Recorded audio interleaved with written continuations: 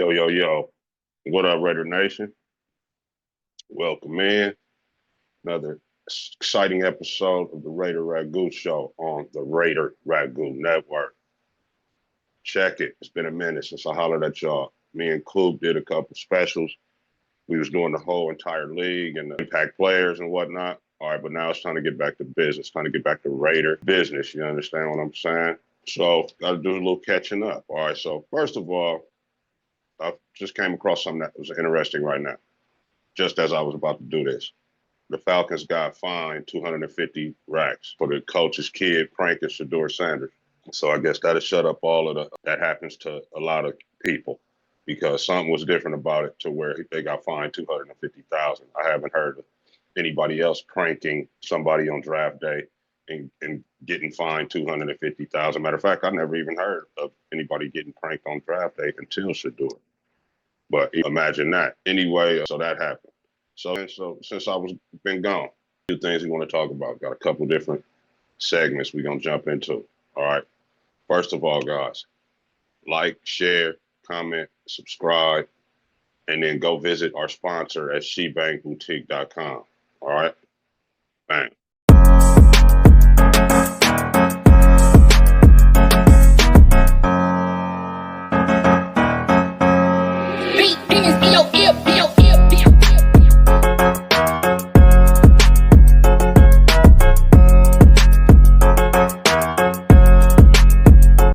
Welcome back in. So a few weeks ago, my guy Q had Ashton Genty's trainer on his show, and he was just really confident in that Ashton Genty was going to be a good player in the league.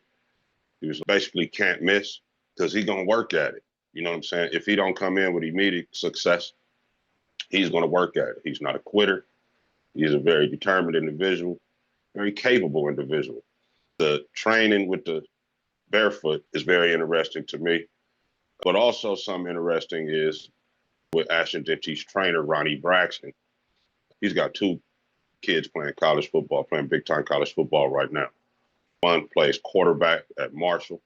Braxton is his last name. I don't want to butcher their first names because I didn't even look it up before the show, but I know that they ball.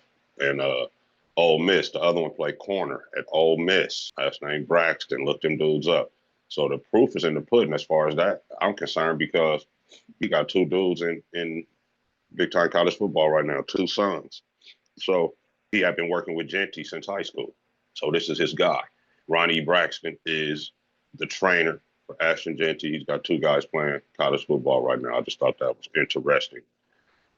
He thinks the world of Ashton and thinks Ashton is going to be good in the league, a good player, perhaps great. So looking forward to seeing Ashton, man, play this season.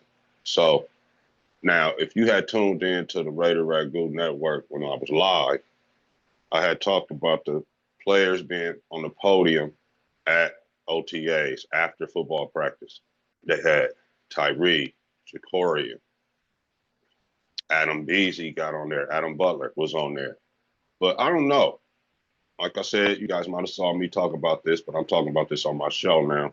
I don't know if all the teams do that, but I think it's cool, man. It's very cool that the Raiders put the young guys on there, man, because it gives us as the fans and whatnot a chance to see these guys, the personality of these young guys, man. In hoop and in baseball, virtually any other sport, man, even golf. You get to see these guys' faces. You can see how young they are. They get interviewed, and even though they're polished, you can still tell that they're young guys, right? With football, you think everybody, well, this is me, I'm speaking for myself. You tend to think everybody is a grown man out there. I'm saying family man and all that, paying bills and getting after it like we do and as adults in the United States. But here's the thing, man, a lot of these guys is young dudes, man. Young, like, job, really. College, they were the man. High school, they was the man. Now in the league, they come in, they're just a guy. They don't even start. And you've been not only starting, but they've been the guy as far as on any football team they done been on. And then they get here to the league, man, and start to actually have adversity and guys that actually just as good as him and better. with technique, better coaching over the years. It gets a little bit frustrating, man. In particular, I was impressed with Ja'Cory Bennett and Tyree Wilson, and also with a sidebar of Isaiah Pola-Mao, right? Pola-Mao. These guys aren't polished guys in the media, right? When Adam Butler got on there, you could tell he was a lot more relaxed, answered the questions of, he wasn't up there worried about nothing, man. You know what I'm saying? If he didn't want to answer the question, he didn't answer. In fact, he told Q on one of the questions he wasn't answering that. Young guys, man, talked about how his shoulder hasn't been right since, you didn't say when, but a long time. And play football and had a shoulder deal, had to have shoulder surgery myself, knows that when the first whatever occurred until when I finally had surgery on it, it was years in between, man. A lot of years, man. Half dozen years or so. So I know what he was going through. So now he's coming back out there, man, with the confidence in the shoulder and all that, man.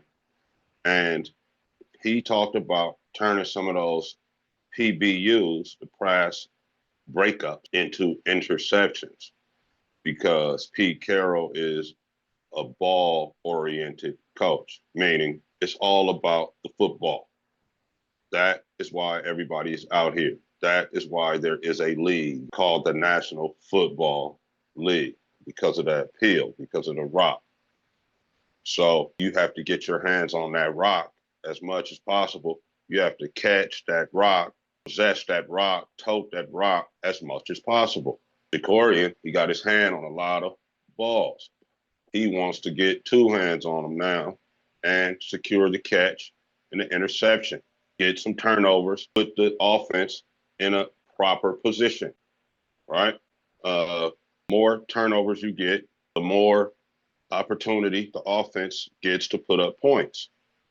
If you're not getting turnovers, you're not giving your offense the best opportunity to win games, because they have to deal with just a set amount of touches of the football, of plays they're going to get to run, because the other team's offense is not turning the ball over and going on long sustained drives or scoring quick. Doesn't matter, but the offense can't get the football amount of times to be able to score the optimal amount of points. Remember, the Raiders want to get to 24. We ain't been able to score 24 points in years. That's been the problem here of late. It's been an offensive issue. People want to talk about the defense, but had the offense been more capable, had been more sustainable, had been more just, you know what I'm saying? They haven't even been competent over the last couple seasons. So had the Raiders' offense been better, the defense would have been better. The defense would have given up less points, because the defense would have taken less plays, been on the field less, been fresher out there, perhaps been able to get some turnovers because they were fresher, had the offense been competent. But anyway, I digress. What I've started off saying, the Raiders, Ja'Cory Bennett wants to get his hands on the football more and turn some of the pro pass breakups he had, which he had a lot when he was in there the first 10 weeks or so of the season. He's really one of the better corners. Always like right there. His guy was never wide open, and he made a couple plays on the ball and a few pass breakups. He's saying he wants to turn some of those into interceptions, and his shoulder is good. Was happy to hear from Ja'Cory, and I'm rooting for him. I think he is going to start. One of them corner positions is going to be his, man. He's not going to play with these guys, Eric Stokes and them. So also Tyree, man, they had him on there, man, and he was talking and like his mannerisms and whatnot. I was like, he remind me of my son. I got a 22-year-old son, June. What's up, June? So, like, man, he remind me of my son, right? So I looked up like his birthday and all that, and he's the same sign as my son, man. A Taurus. He's only like 3 years older than my son, and you really brings home like how young these dudes are, man, and how he's out there trying, bro. Like in college, dude was really just like stuff and getting to the quarterback. I want to say, as I watched him, not the most graceful athlete either, but does have a lot of power. And with better technique, man, I think Tyreek can be really good. Also, he needs to stop, on the ground as much, find a way to get that proper balance. But anyway, he talked, and that's what he was saying. He's just trying to get better, trying to figure out a way to help the team when he's out there. A couple things he's trying as far as pass rush moves. So that's what we've been looking for him, right? He's been just coming off the line and attacking guys. And like I said, he's got a lot of power. So in college, that worked. He was able to just come off, use brute strength, and beat guys and make plays to the tune of getting drafted 7th overall, right? So, a strong guy. But, it's refreshing to see him up on the podium, expressing that, it's a guy trying to find his way in the league. Basically, he didn't say that, but what I got. Young guy trying to find his way in the league, man, with the team that drafted him, working hard, trying to add something new to his game this summer. Appreciate about everything. And, of course, he should have a good attitude. He's getting paid good money. But you could also have kind of a prima donna attitude when you got picked that high and you've been that good for that long. You know what I'm saying? You're the man on Texas Tech when he was there. So a little bit humbling to be in the position he's in now. He's not starting. Tyree, man, and I hope the young guy finds his way, man, and gets his thing going, gets his career going in the National Football League. One thing I would like for them to try, and I said this on my live, and I kind of on the live, I do want to take the opportunity to correct. So I was like, he was standing up every single time. Well, that is incorrect. Because as I've researched a little bit more of his college tape, they used Tyree, Texas Tech Red Raiders, used Tyree just about like how Raiders are using him. They be inside sometimes and outside. Now, when he was inside, he had his hand in the ground, no question about it. A few of the times outside, he had his hand on the ground. But a lot of times, a lot of reps when he was playing defensive end, he was standing up.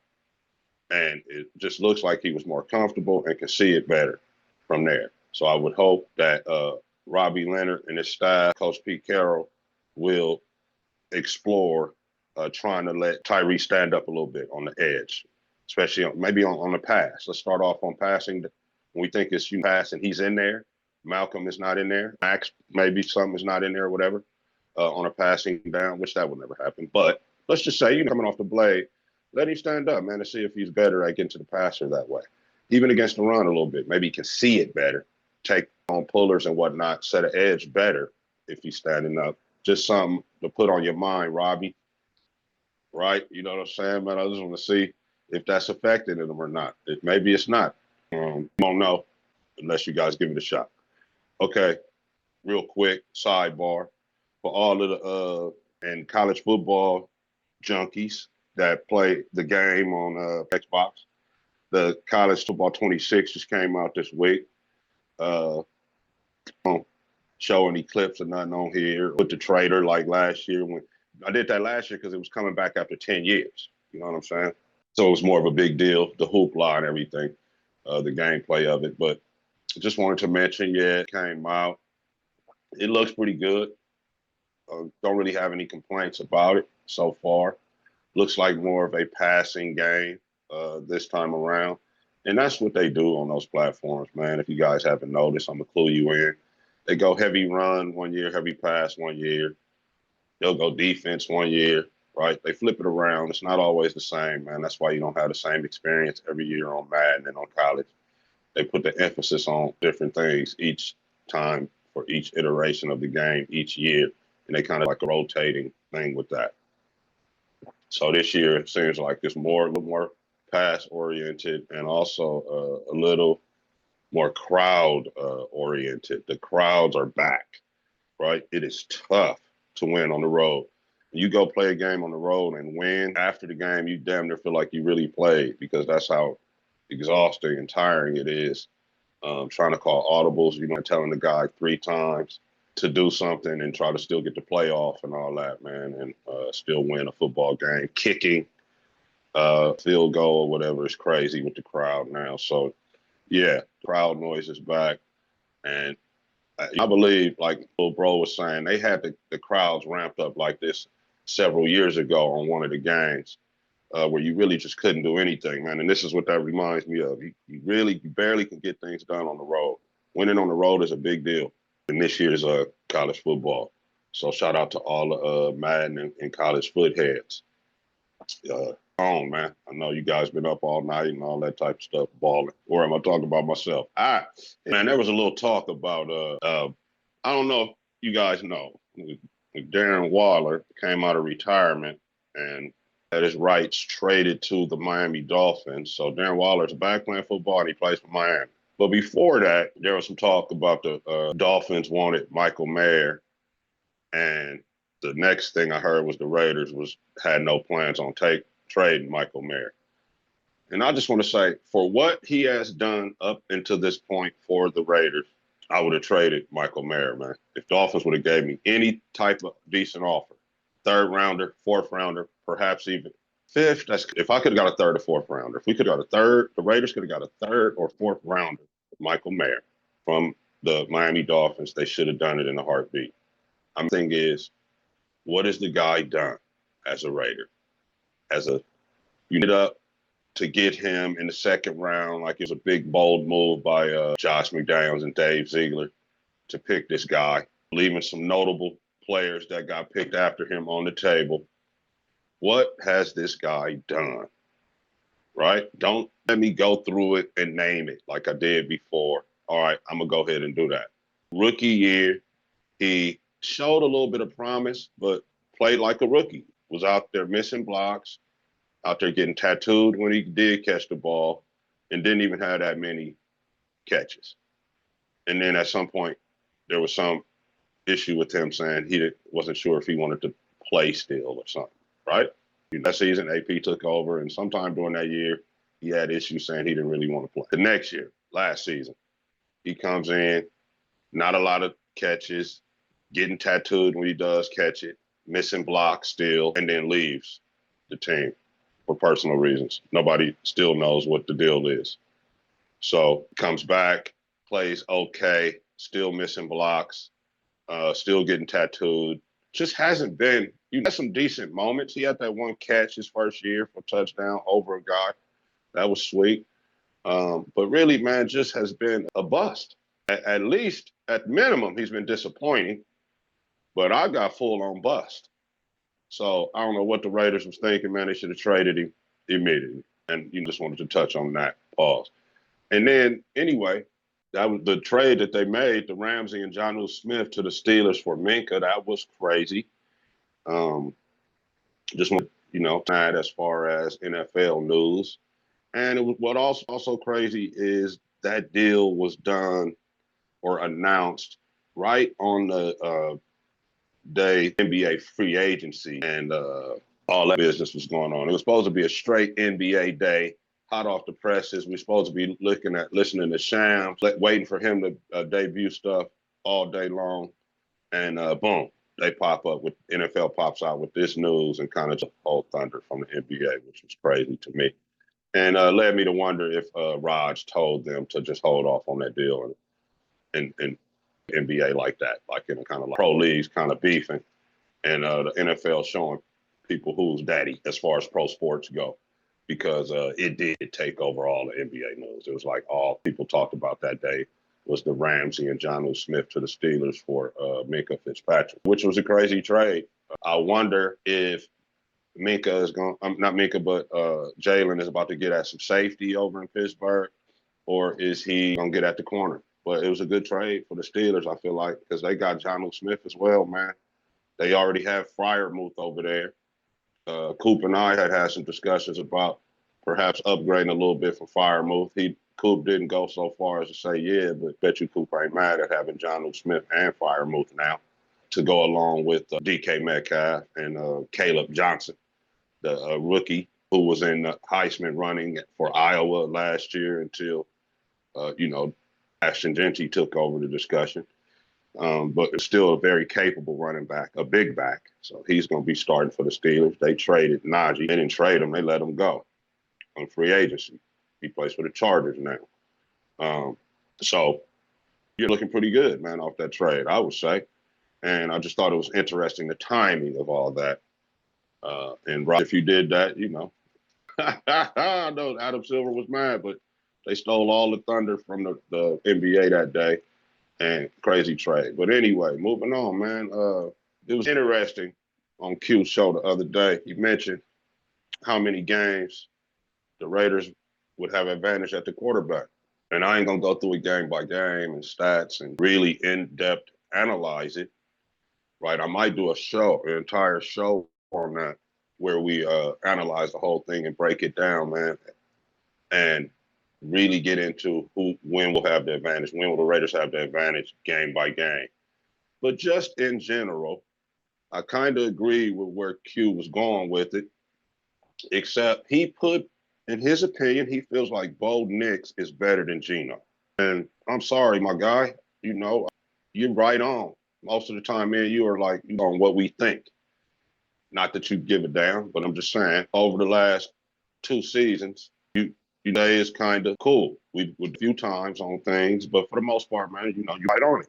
This one, I'm going to disagree. We have the advantage now that we got Geno Smith when we play Denver, man. Geno is better than Bo. I'm not saying way better, but, had them 2 dudes sitting right there, I was, my team. I could get either one of them, man. I would get Geno. He's got more experience. He's accurate. He was top 10 in accuracy last year. Had a few issues but for the most part, man, I'm taking Geno in the experience, man. And he's just run just like Knicks can. So it's not, disagree.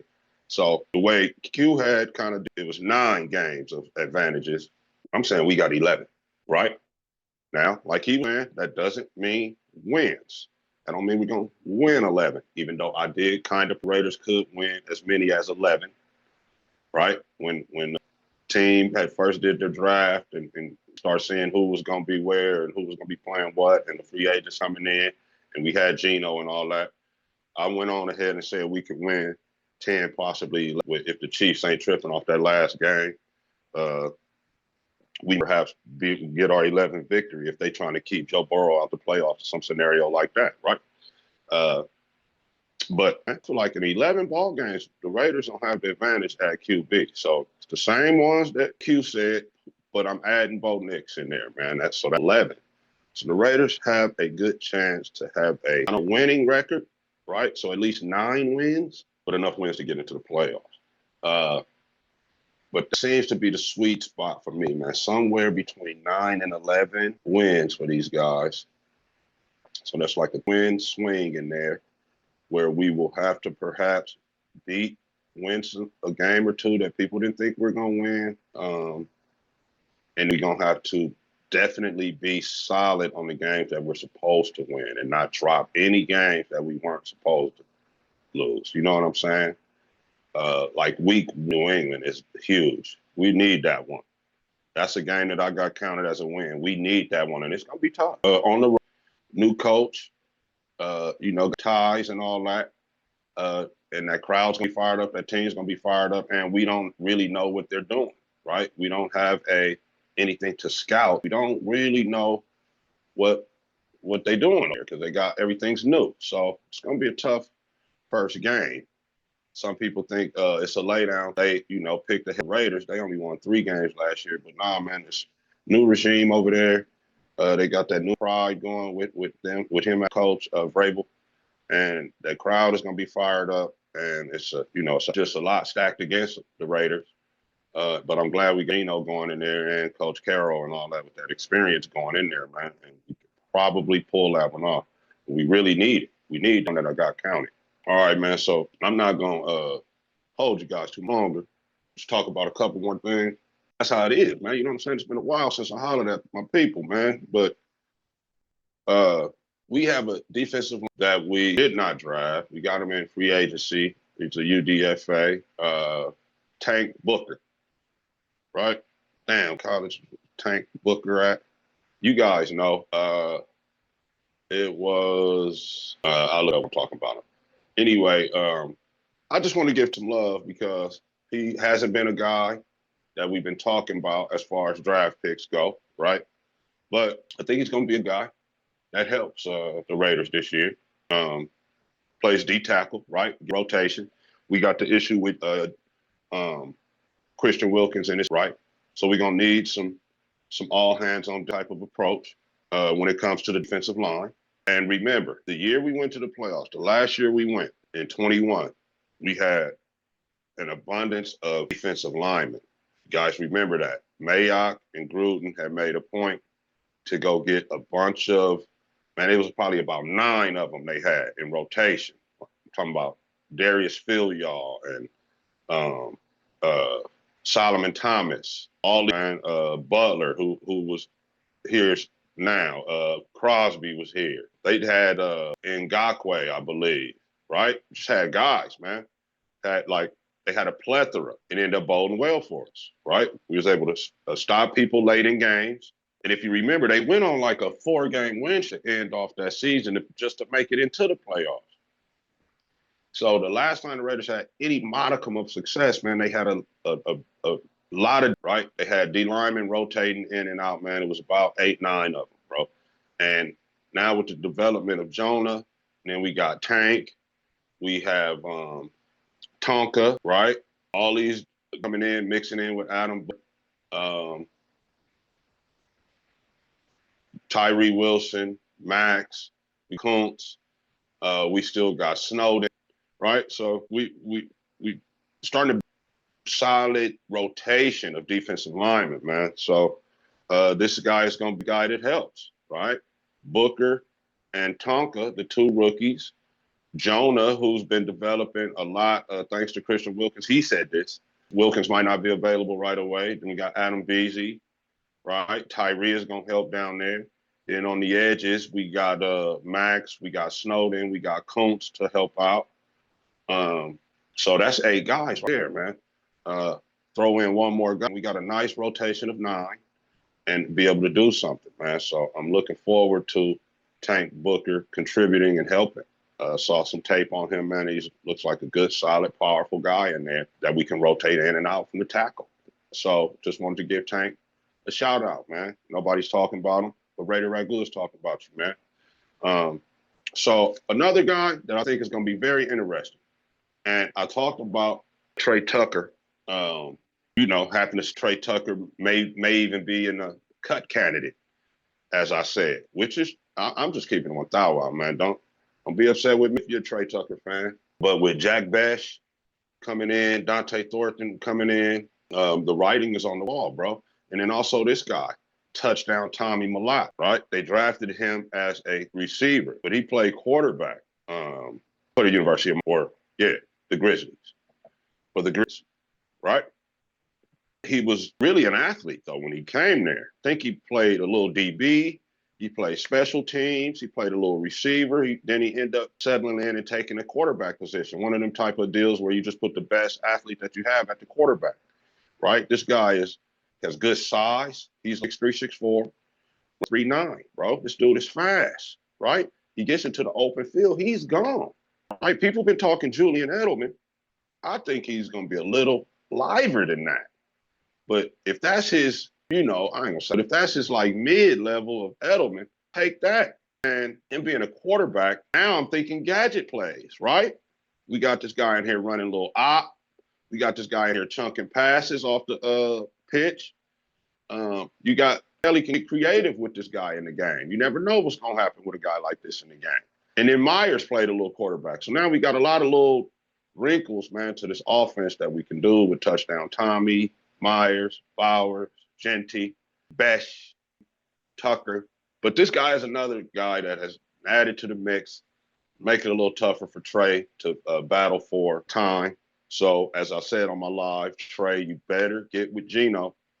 Whoever has the best with Geno is going to be the one that makes a team and the one that actually gets some time on the field, man. So I just want to give touchdown Tommy Malott shout out, man. We already talked about him on the Raider Ragu channel, Raider Ragu network, on Raider Ragu show. All right. I want to talk about them two dudes right there, Touchdown Tommy and Tank Booker. All right, now, I'm not going to hold you too much longer. Just want to talk about these couple of things right here. What I had talked about already as far as Pete Carroll goes and football practice, right? He just announced the schedule for the upcoming training camp, right? I talked about competition Tuesdays when he was at USC, when me and Coach Famo had the opportunity to be around that program and Coach Carroll. Like, know him. I think we playing, but we know him. Anyway, it was competition Tuesday. I ain't gonna tell you. But on the Raiders, it's gonna be competition Wednesday because Tuesday they don't really get down in the league, right? It's like still a recovery day.